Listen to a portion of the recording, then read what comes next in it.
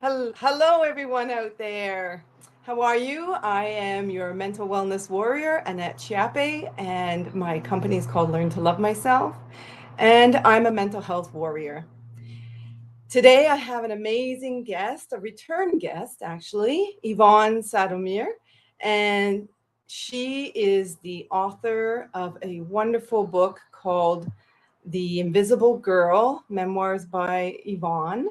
And she is going to also share with us a little bit again about her book, about her life coaching, cognitive behavior therapy, as well as we're going to touch on a segment that we touched on last time we were on about sexual abuse.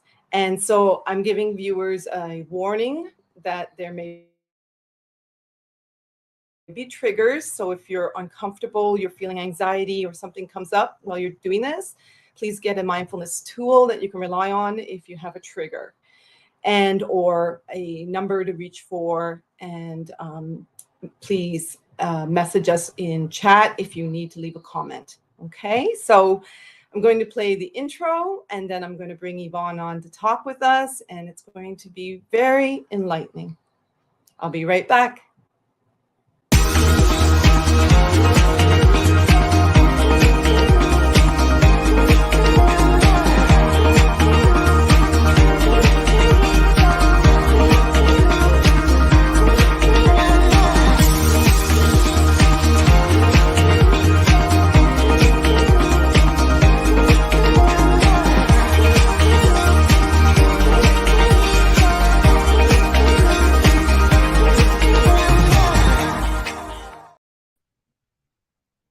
And welcome, Yvonne. Welcome back. It's so wonderful to have you. Hi, thank you so much. I'm so happy to be back and excited to talk to you again. And it's always nice to be with you. Thank you so much for having me. Oh, I'm so grateful that you chose to come back on because where I was telling the viewers at the beginning here of the introduction that, we got talking so much into sexual abuse and issues surrounding that. And we just barely got into a conversation when we had to end our hour. Right, right. Yes, yes. Yes. And then we got a whole bunch of ideas and some topics that we wanted to cover. So I said, why not come back on as a return guest? And, we can touch on that and, enlighten people and share with them our life experiences on this specific issue, which is, our bodies and boundaries and what that looks like for you and what that looks like for me. And hopefully we'll have some viewers tune in and make some, leave us some comments of what it might look like to them. And so I was commenting on your artwork. I love your artwork. Thank you. Thank you so much. It's something that I started doing actually as part of my healing journey. It was a way for me to express myself when I was having difficult days, when I was having particularly good days, and it's from my heart. I absolutely love it. So thank you so much for mentioning it. Yeah, Oh, you're something I welcome. love Yeah, I doing. love talking about fellow artists because my show being called The Power Hour of Self Care is art is so dear and near to my heart that, it's having a fellow survivor of sexual abuse, a warrior Mhm. of sexual abuse. There are a lot of organizations that promote mental wellness and healing and therapy through artwork. And I think art is the thing that probably saved me from some of my deepest times. Mm. Wow. What type of art do you do? Here, I'll show you what I'm working on right now. So this is me in the mornings. This is what I doodle on. Ah, I love So that. it's a work in progress, and just whatever flows out of me is what it's going to finish. And then I normally take that artwork and I put it on mugs and mouse pads in my prints, and then I sell them as well. Oh, that's awesome. Hello, I Adam. love that. Hi, Adam. Adam has joined us. Thanks for joining us, Adam. He does. He can when he can, he likes to hop on. Yes, Other yeah, fellow, I like it when fellow warriors can tune in and listen to us. oh, absolutely, absolutely, because it's amazing, it doesn't matter how often you talk about this, there's always a new perspective, there's always something else that we learn from each other as we have these conversations, so, I agree with you, I love having, people come on and give their perspectives and ask their questions, and, that's what it's all about, right? Yeah, and I noticed more and more that while I'm out with the public, and I share with them some stories and things like that. More and more people are interested in hearing what happened to me. Mhm. And that's new because before it was always I would tell my story and then people would ask questions. But now it's like I ask them their story and then they ask me what happened to me. So from coming from the listener perspective is much better to be receptive than to tell your story sometimes. Mhm. Oh, absolutely. I agree. I So, agree. Yvonne, tell our viewers a little bit more. Again, I guess a refresher because it might be Sure. somebody new who's going to watch this video. What it is you do, a little bit of what happened to you and where you are today. Absolutely. So, I am a survivor of, child sexual abuse, incest, parental betrayal, you name it, it's there.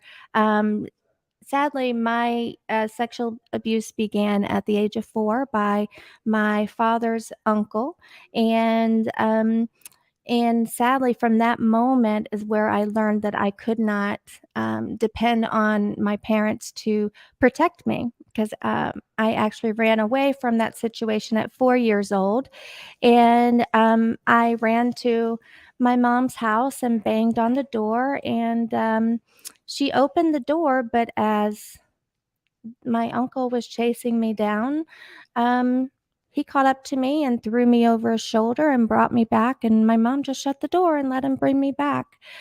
She didn't question that I was saying, "Help me, mama, help me, mama." Ask you about that. Yeah, she said, "Well, I just thought that you guys were horsing around. I didn't think that you were really serious." And I'm thinking, "Well, what else can a 4-year-old girl do to let you know that she's in trouble?" I was kicking, screaming, "Help me, mama, help me, mama." There was nothing else that I could do. So it was a total, just failure on her part, and sadly, that trend continued throughout my life where I was, around unsafe people in the sense that, they were alcoholics, drug addicts, um, but they most definitely weren't healthy people. Um, Friends would come around and I would be abused by friends, my mom would bring home a hitchhiker, and, sadly, I was harmed by the hitchhiker, and these are all things that could have been avoided had my family, my mom, um, realized how dangerous it is to just bring your children around just anybody. She would have one thing, as a kid is we would move around a lot. I mean, when I say a lot, I mean every 2 or 3 months we were moving, because we were just evicted everywhere we went. And, so we moved around a lot, and she just, the instability, she would just meet a neighbor and just after one meeting be like, "Okay, yeah, you can watch my kids, you can take my kids across the state line." So no, just literally no care or concern about what could happen. It was like they lived in this fantasy world that nothing could ever happen to me, but in reality, everything was happening to me. It was a really weird environment to grow up in, learning to trust people before they give you a reason, you know, to trust them. I grew up, my mom said, you trust people until they give you a reason not to. And that couldn't be that couldn't be further from the truth. It's you don't trust someone until they give you a reason to trust them. So immediately I was brought up in just a real backwards kind of mindset. And by 10 years old, I knew I was going to write my book. I knew I was going to title it The Invisible Girl. I knew the things that I had gone through even at 10, just so incredible that I would have to write about it someday, because nobody's going to believe that this happened to me. Nobody's going to believe that these things happened to me back to back to back to back to back. I couldn't even believe it for a while. So, um, after I left home at 15, that was my attempt to escape and kind of start my own life and, change things. And I ended up in a physically abusive relationship with a man who was, 10 years older than me, who I found out after the fact was addicted to crack cocaine and was an alcoholic. And I'm 15, 16 years old. He's 25. uh, you know, I had no idea what that life was going to be like, because even though growing up I'd been around pot and things like that, never around hard drugs like crack cocaine. So it was for the next 4 years, it was dealing with this man who had this addiction, trying to, I wanted to get away from the family who didn't protect me, and I thought that he was going to be my savior, and then it turns out that he too was an addict and was unsafe. I had to make a decision. Do I stay with him to get out, or do I leave him and stay where I am?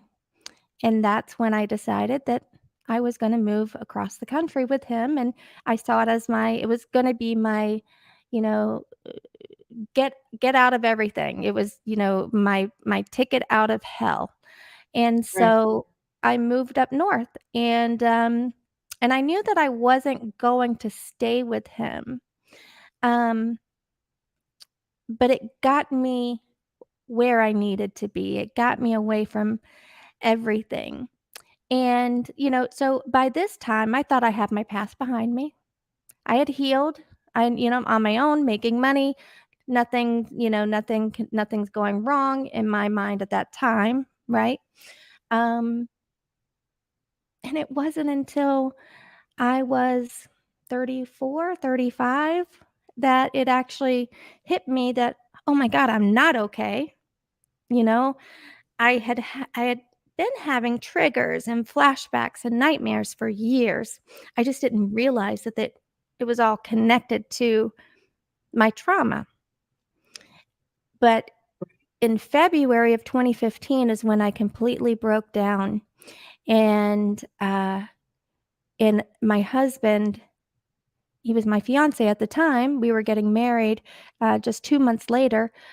He's the one that said to me, this isn't right. You need to get therapy. And it wasn't until then that I realized that, no, I definitely need to write this book. I definitely need to um, tell my story so others know that, they're not alone. And, when I found out how beneficial therapy was for me, I was just like, oh my gosh, everybody's got to do this. I've got to tell everybody about this so everybody knows that there is a light at the end of the tunnel if they're willing to put in the work, because it is work. And that's what led me to want to become a life coach. I wanted to help people, make those changes within themselves to achieve their goals. And in doing that, you have to make changes. You have to do the work. Nothing is going to be done for you. And as long as you stay committed and you're determined and dedicated, you can do this. Anybody can heal from their past, and it doesn't have to define them, because that's what I was afraid of. I was afraid of, I'm always just going to be this girl with this, you know, tragic past. I'm never going to do anything with my life. I'm never going to be able to help anybody. I didn't graduate high school. I did go back and get my GED when I was 18, but um, I mean, so I don't have the education that a lot of people have. But then I realized, you know what? You don't need an education to be empathetic. You don't need an education to be compassionate. And I don't need an education to be able to tell you how abuse has impacted me my entire life.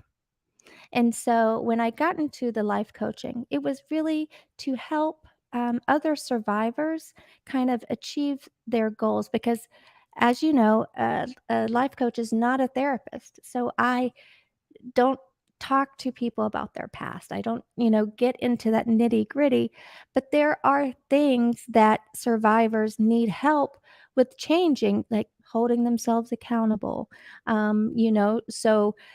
Journaling, those kinds of things. I need someone that they can just bounce ideas off of, and talk to when they're having a difficult time. That can kind of help them get themselves where they want to be. And what I've found is, since I've started my podcast, I am reaching more and more people than with the podcast than I was even through life coaching. And so now I'm more about my podcast than I am about, being a life coach, because um, just being able to give someone space, opportunity, encouragement, um, to tell their story like you do, that's that feels to me like that's my calling, Yeah, and that's why I wanted to do it. nice. Um, so the topic that we'd come up with today was talking about our boundaries, about our bodies and our boundaries, because we got on that topic at the end of our last session.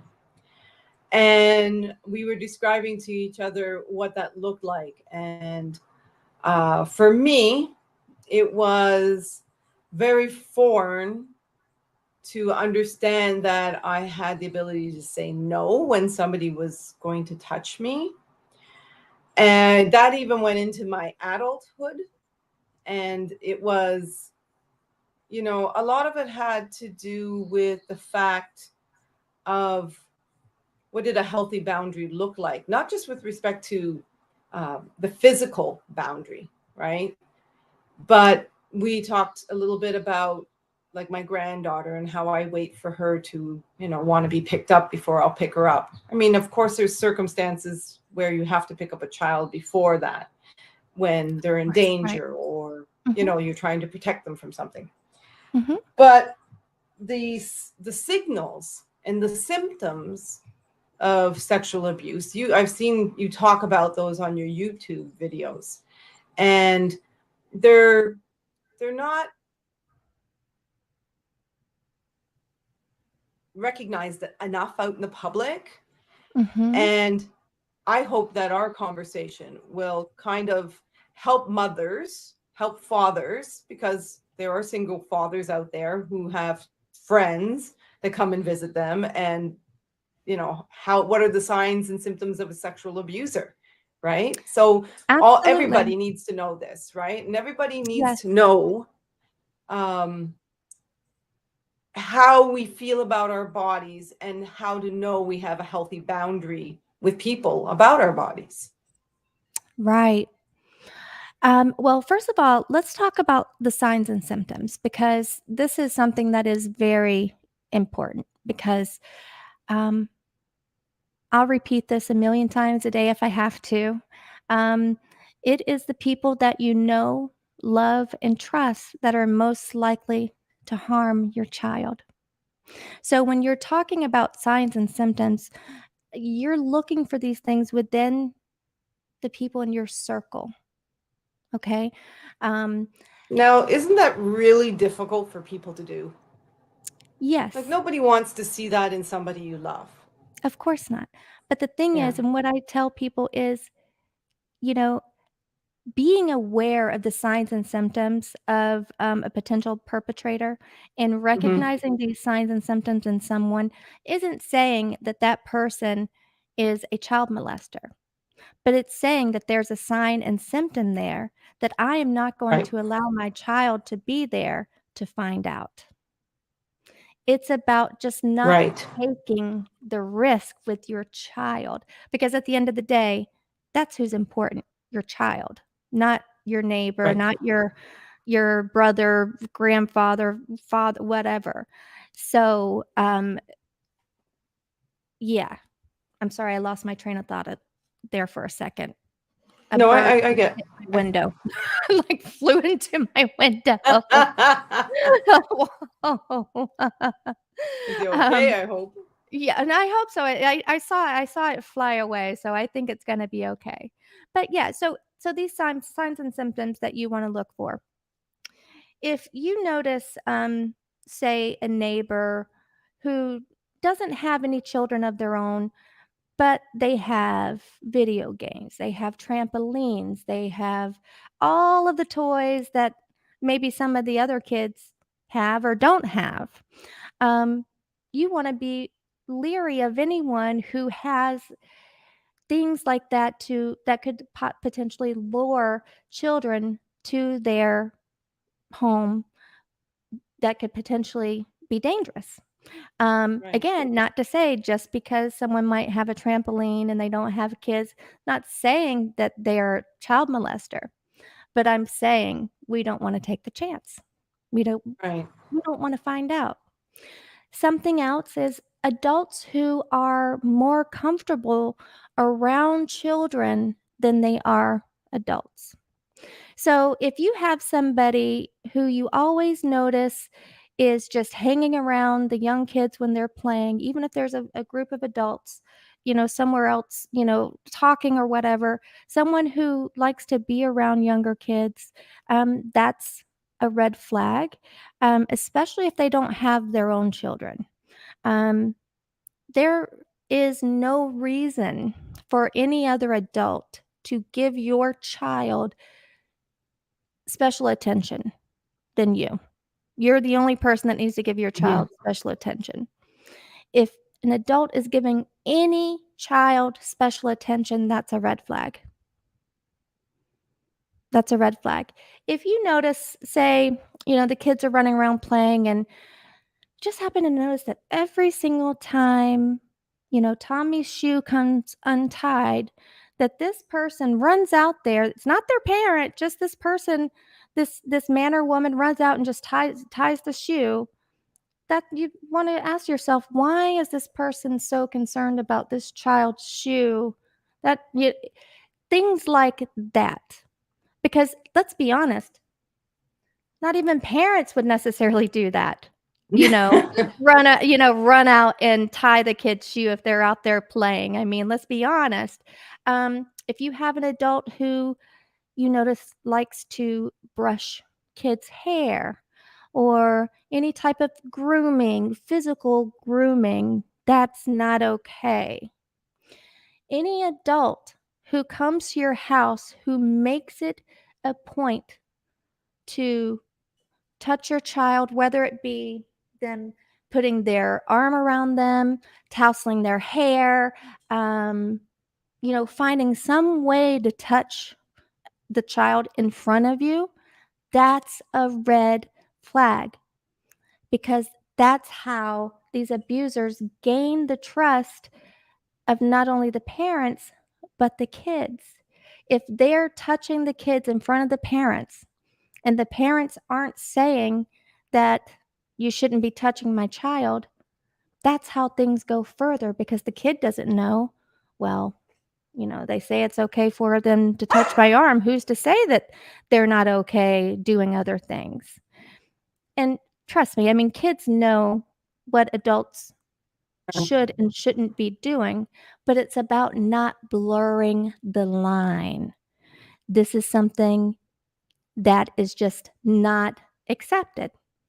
Nobody can come over to my house and be hanging all over my child. And when I say hanging all over my child, you know what I mean. Putting their arm around them, or something else that you want to be aware of. Adults who like to tickle young kids. Now, again, we know parents tickle their kids, grandparents tickle their kids, aunts and uncles tickle their nieces and nephews when they're playing. Of course, there's going to be moments. However, if this person always, every time they see your child, wants to tickle and play with them, that's a red flag. Because again, even as parents, we just don't sit around and tickle our kids all day. Um, that's a red flag in the people around you. Also, it's important to remember that sexual abuse isn't just physical abuse. Sexual abuse is also showing children images that are inappropriate, talking about subjects that are inappropriate for that child's age. So anybody that is around you that you notice they make comments about maybe a young teenager's body, nope, red flag, not safe. Um, you know, Making comments like, "Oh, they're gonna grow up one day and, maybe I'll date them one day." Making comments like that. It's creepy, right? It's creepy. It's inappropriate. Anybody who also, believe it or not, this happens so much. People who seem to have no problem being nude around people. Say, you've got that friend or maybe that family member who, they come over to go to the pool, and after a couple of drinks, or maybe not after a couple of drinks, they decide they want to go skinny dipping, and they don't care if the kids are around, grandma's around, they're just going to go. That's actually grooming behavior, that nakedness is okay, and it's just, and so kids who see that think, well, it's okay if that person's naked in front of me. They get naked in front of me in front of the family. Why wouldn't it be okay if they get naked in front of me when the family's not there? So again, it's about having these clear boundaries. That's not okay. Never allow an adult to undress in front of your children in any situation. But someone who does that is not someone who I would trust around my child. Anyone who is very, what's the word? What's the word I'm looking for? Excited, or looks forward to and always up for babysitting. If you have an adult, especially if they don't have their own kids, who they're just very eager to babysit your kids, let you know, whatever you've got, I've got the kids, you can trust me with everything. And of course, you want those people in your life, and you want um, and need that help, I'm sure. But just be careful about who it is that is offering this help. Know their background, know their childhood, know whether or not they were abused.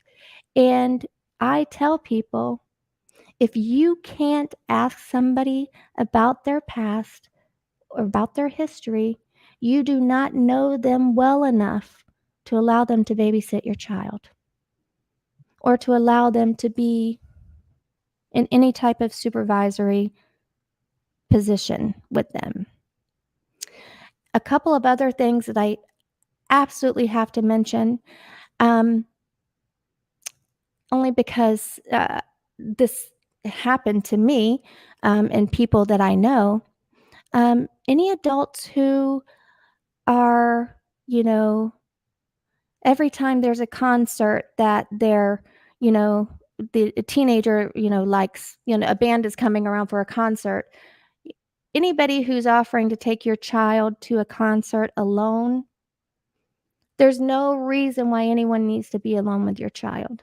Anybody who Yeah. wants to spend the night with your child, you need to give me a reason why, because I can't think of any reason why some random adult would just want to spend the night with my child. And they use things like, well, we're going to play video games. We have Yeah. video games in common, we have music in common, just come over. And it's in they make the parents believe that they just have this interest, this shared interest with their child, and that's normal. I'm sorry, it's not normal. It's not normal. Yes, it's normal to like video games. Sure, it's normal to like that. It's normal to like sports. It's of course, but it's not normal to use those hobbies as an excuse to be alone with a child. You're talking about this, and I just had a vision of how they actually portray that in movies. Mhm. Where they set it up that the neighbor is watching the kid and they're playing video games together, or they're hanging out at the pool and it's young people, and it's like I just got this really creepy feeling. Yes. Not that Yes. that kind of stuff happened to me, like, but the when I want you, after giving us all these signs and symptoms, can you like give us a picture of where the role of the parent in your example? I can share my example as well, but the role of the parent, for example, you ran to your mother, you were 4 years old, you expected, and rightfully so, at four, who's the person you would turn to for help would be Mhm. your mother. Mhm. So if there was this progression of her not being, what did you called yourself the invisible girl, but it Mhm. was neglect by your parents. Mhm. Do you feel like your parent had like no clue that there was danger to their child? Like, was she oblivious? Or do That's you a think that here's the thing, that's a tough question because mm, um I think at times she probably was oblivious and had no idea of the people that she had around me. But that is no excuse because her job as a parent is to be aware of everyone who's around. And so if she's not, that's her job. So being so were you oblivious a or family? not Yes, knowing. yes, Say that I again? agree. My parents, uh, I think it was more or less the social conditioning, norm, whatever you want to call it, that everybody jokes sexually. Like my uncle was notorious for joking about women's breasts, joking Mhm, about their bottoms, mhm, flirting with his wife in front of the kids, like touching mhm. her and things like that. Even though I Yeah. could tell as a young girl, like 8, 9 years of age, I could tell that made her feel uncomfortable, Mhm, right?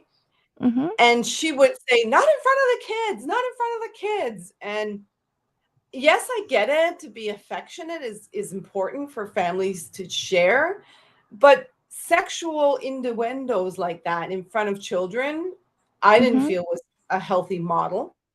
No, no. Affection, It you can left me be very affectionate. confused Well, I can without any understand. explanation. Yeah, I can understand because in your mind, affection must include someone touching my butt or talking about my breasts or, you know, Exactly. that is how you showed Exactly. affection. But in reality, that's not true. There are a lot of affectionate families who hug each other when they see each other, you know, and that's it. And they never mention, anything about anyone's breasts or bottom or anything. And so the fact that he was doing that in front of the kids, that would be someone that I would say, watch out for that guy. Now I wonder what his deal was, if he was a safe person, if he ever hurt anybody or anything of that nature. But that would definitely be a person that I would say, nope, not leaving them alone with my kids. That's a Yeah. perfect example. So if you have someone in your life who doesn't respect even adults' boundaries, you think they're going to respect a child's boundaries? So Hmm. that's the biggest red flag that there is, their treatment of Yeah. you. Well, I found also with my experiences that there was also the silent perpetrators. That is a sign. The ones that, for example, with my father, who was one of my perpetrators, my father was the silent type. He was like, he did things when nobody was looking. Mhm. And when he was around people, he said nothing. So there was no connection showing any affection towards the kids. But then behind closed doors, it was like, you know, now's the time to take advantage of that person just because he was my father, Mhm. right? So there's Did such a there's no hard and fast rule to how a person is going to take advantage of your body. Um, Absolutely not. But it's I so ask you difficult. yeah, but I ask you this, did your dad you said he didn't say anything, but did he watch inappropriate movies, or Yeah. movies around you that he shouldn't watch? There had to have been some type of desensitization that he used. Well, there was magazines. I found magazines. Oh, well, there you go. Yeah, that's it. That's it. So that's visual. That's still sexual abuse. That's still sexually explicit material that's not appropriate for a child. And a child being exposed to that and an adult Yeah, exposing for a especially child for a to child to that. find. Like, why wasn't it under lock and key? Yes, exactly. Yeah. 1,000%. So there were signs. There were Mm. signs still there. Um, Yeah. I mean, of It's course. funny because I'd never made that connection, and I'm in my 50s now, Yeah. and only with talking with you has that brought to light that there were signs. Like my mother, the biggest sign I got about my mother that my she was enabling my father was when something happened to me and it was a feminine thing, and he insisted that he do this alone with me in the bedroom to check it out and her not be present. Like, oh, why would a mother Yeah. do that? Right. And why would a father want to do that? That's Exactly. the other question. It's your mom should have known, wait a second, there's no reason why my husband would say, you can't be here while I do this. Yeah. There's no Yeah. reason for that. And so your mom essentially just allowed him to do it. Yeah.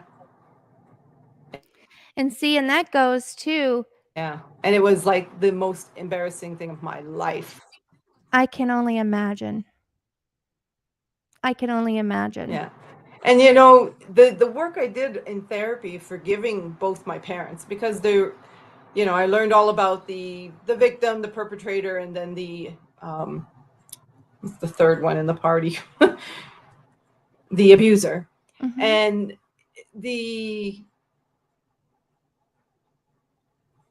why there are so many people out there in the world that want to harm children.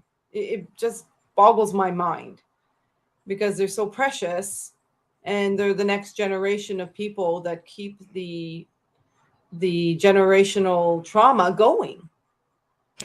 Like You I was know, bound and determined to end that cycle. yes, absolutely. Um, and the thing about it is,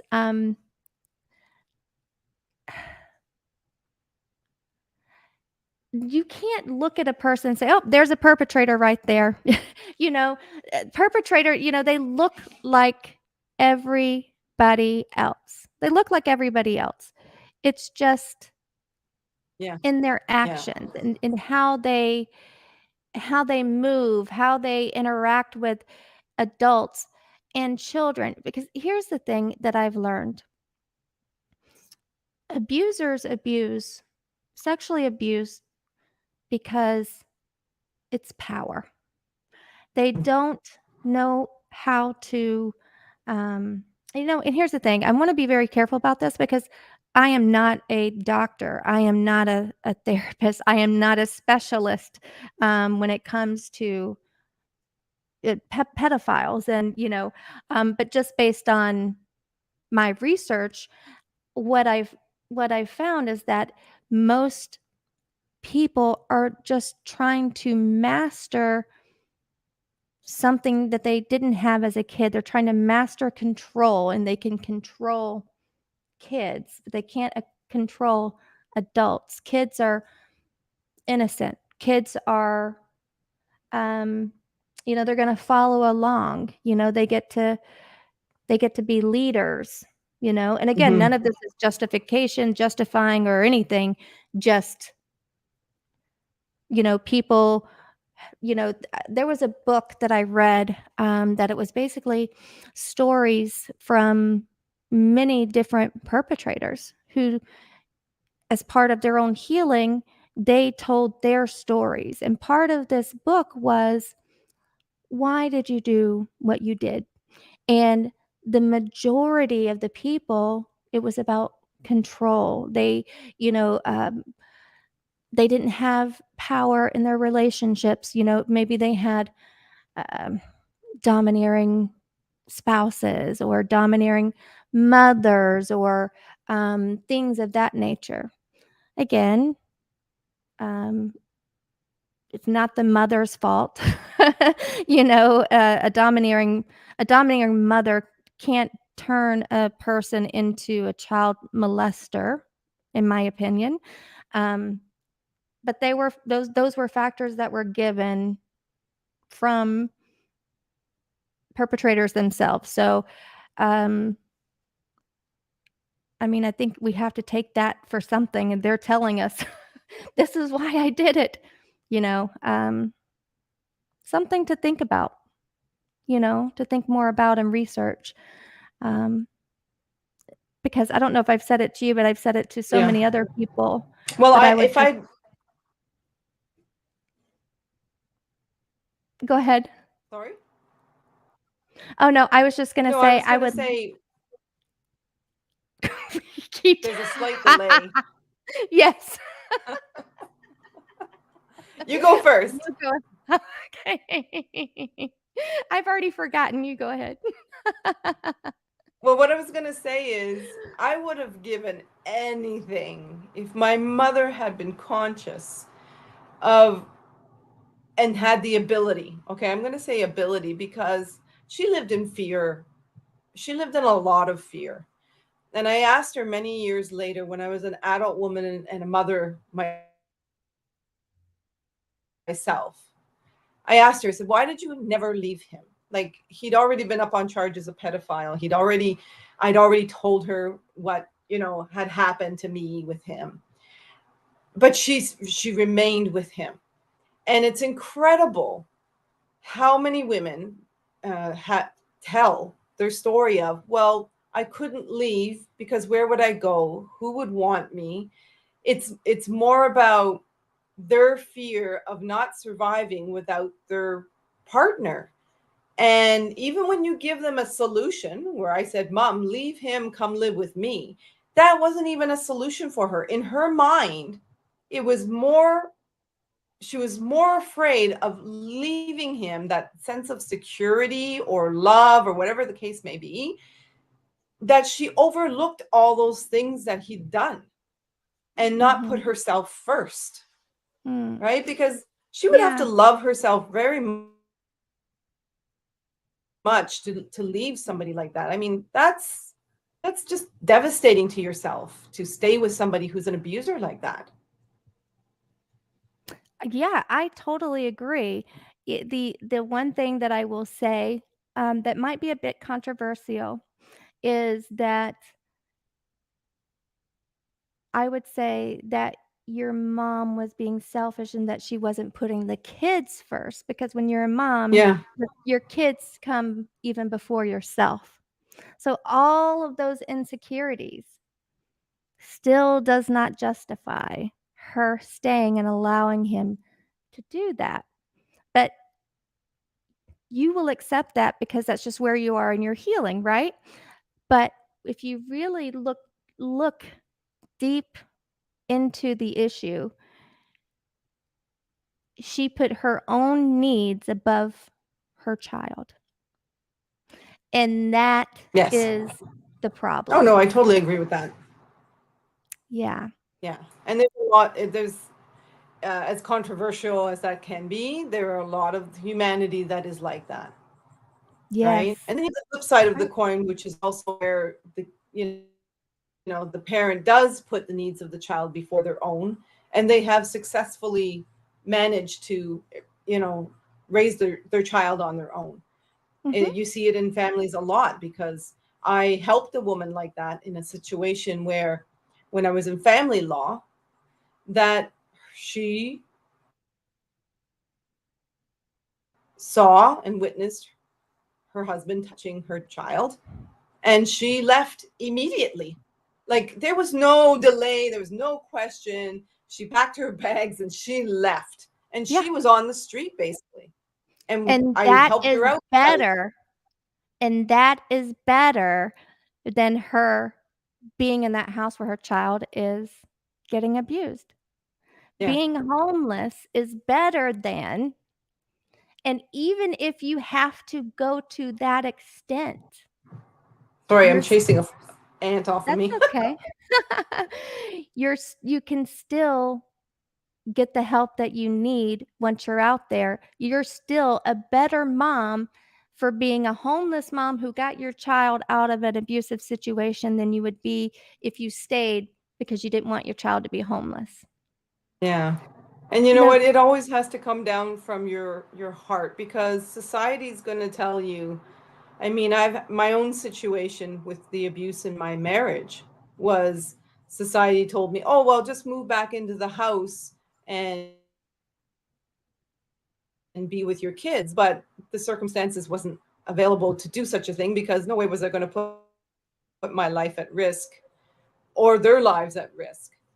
And that's a different story for a different day. But Yeah. our bodies and our boundaries, if our parents are not going to teach us those things, how to respect and respond to our bodies and our signals, our intuition, I mean, kids from a very young age understand, once they get that neurological connection, that, oh, this is my hand and it's connected to my arm, and I am a separate entity from mommy and daddy.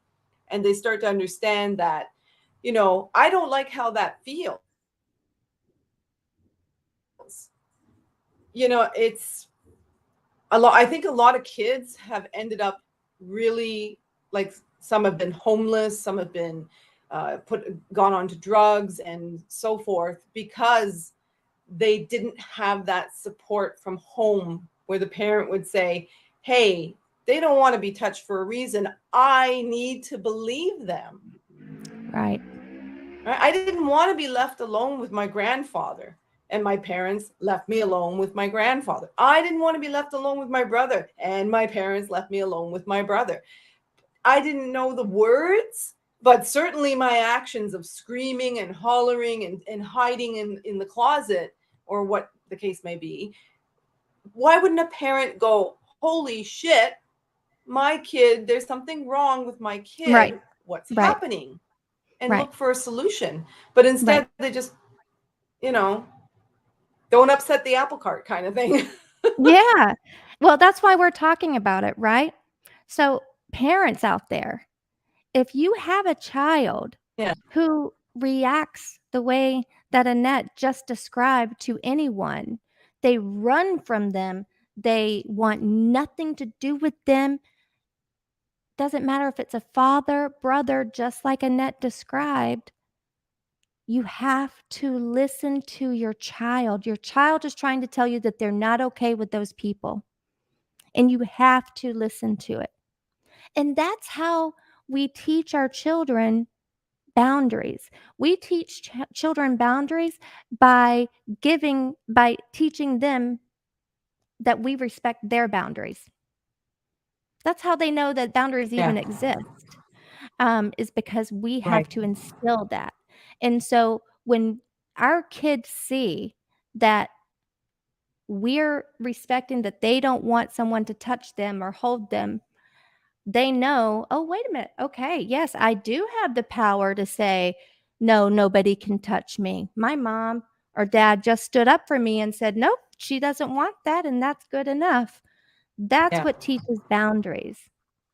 yeah, And it starts as young as little babies when you can, when they start pushing food away and, when you could start communicating to them about, mommy's got to change your diaper now, okay? Is it okay if mommy, touches your vagina? Is it okay? And it's so important. Let me just say this. It's so important to use the right terms and not use nicknames yeah. for Your private body parts. parts. Okay? It is so important, it's Yeah. vagina. Well, I that's a had whole topic. I'll have you back on again on a topic about the shaming.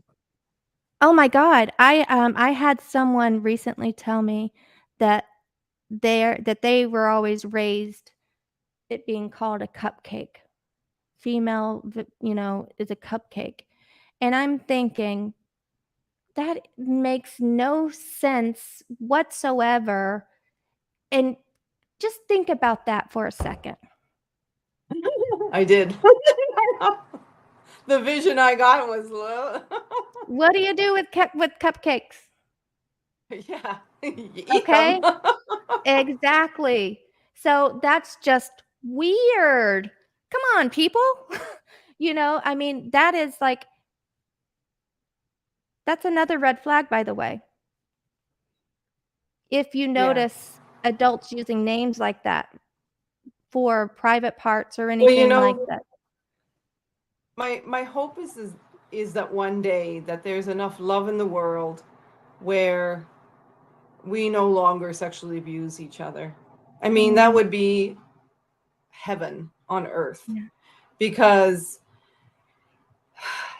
I'll tell you, you and I are sitting across from each other, thousands of miles apart, talking about the same subject from different perspectives, from your parents and what happened to you, my parents, what happened to me. We are one of millions of Yes. people, women and men, that have experienced this.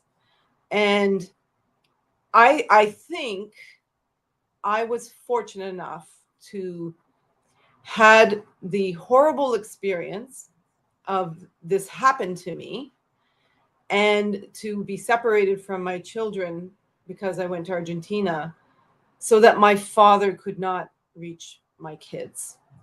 Right? I think I moved subconsciously that far away from him because I think I might have fallen into the same behavioral patterns as my mother. And maybe, who knows, maybe I subconsciously said, I don't want anything to happen to my kids. I'm moving them to another country.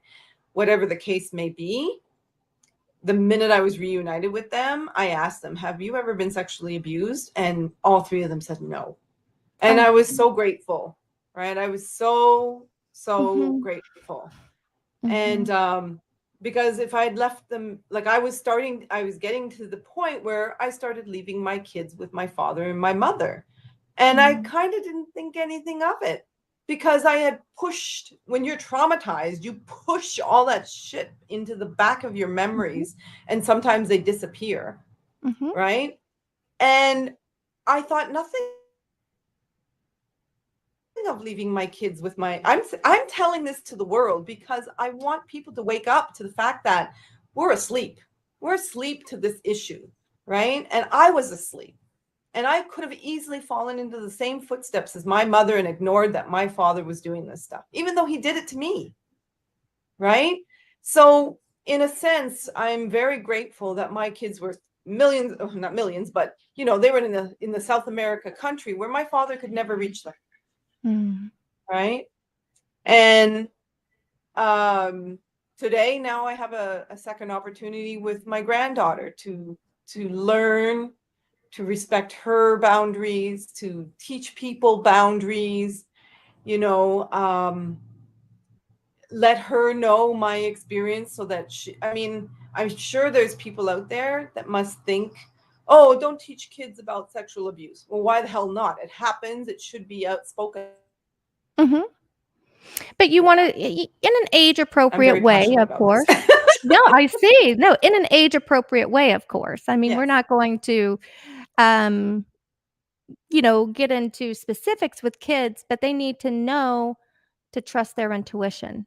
They need to know Yeah. that there are people out there that they can't trust, and that if anybody ever makes them feel uncomfortable, to come and let you know. They Yeah. And you absolutely know need what? to be aware of that. I totally believe that the boundary of where you begin, like not just physically, but emotionally, children are very sensitive to energy. Everybody's sensitive to energy. It's just we have to tap into it more. And I would gratefully tell my step granddaughter, she's 7. Okay. If a stranger were to, the neighbor were to say, hey, come over and play video games with me now that kids and it looks like, I wouldn't put her at that risk. I just wouldn't, Right, because now I right. have that knowledge and you can't take away that knowledge. Yvonne, these hours go by so quickly in our Oh, they conversations. do. I know. And there's so much more we can talk about. And, if you're willing to, I know I would love to have you on again because this topic is so, so important. And I think the more we talk about it, the more I learn, which is wonderful. And it's also the process of forgiving myself because I made a lot of mistakes with my kids, with myself, you know, and I Mhm. really appreciate you coming on to talk about this topic. Thank Oh, you. it's my pleasure. Anytime, just send me a message and I'll be here. All right. So, in closing, fans and guests and subscribers, if anything we've talked about today has given you some insight, some clarity, a lot of wisdom, Yvonne and I are here to talk to you about it. If we don't know the answers to the questions you may have, contact us. Here in um, Simcoe County in Barrie, they have a place called Athena's Sexual Abuse and Counseling. And I went there not once, but twice. And they have some really, really good therapists there. And if you're going through any kind of struggle that's come up that you're aware of about sexual abuse, please reach out to them. And you can Google any hotline that's out there to help you with what you're going through. Yvonne, you have any last bits of wisdom you want to share with our viewers? I just want to remind everyone that they deserve to heal, that they have the power to do that, and just to trust in themselves, that Yeah, the journey is worth it. absolutely. Yeah, trusting in yourself. It's a difficult topic Actually, it's another topic we could talk on about sexual abuse and trusting yourself, because that Yes. gets so erased. Loss of Yes. innocence, trust, respect, all these things are wrapped around the abused person. Yep. Yeah. Absolutely. Yeah. So Well, lots to thank you, discuss thank still. you. You're Yes, welcome. yes. I will have you on again. I love having you on. Oh, I love being here. Thank you so much. Thank you, everyone. Yes, thank you. And I am going to play our ending, and I will wish you a beautiful rest of the week, Yvonne. Thank you. You as well. Thank you.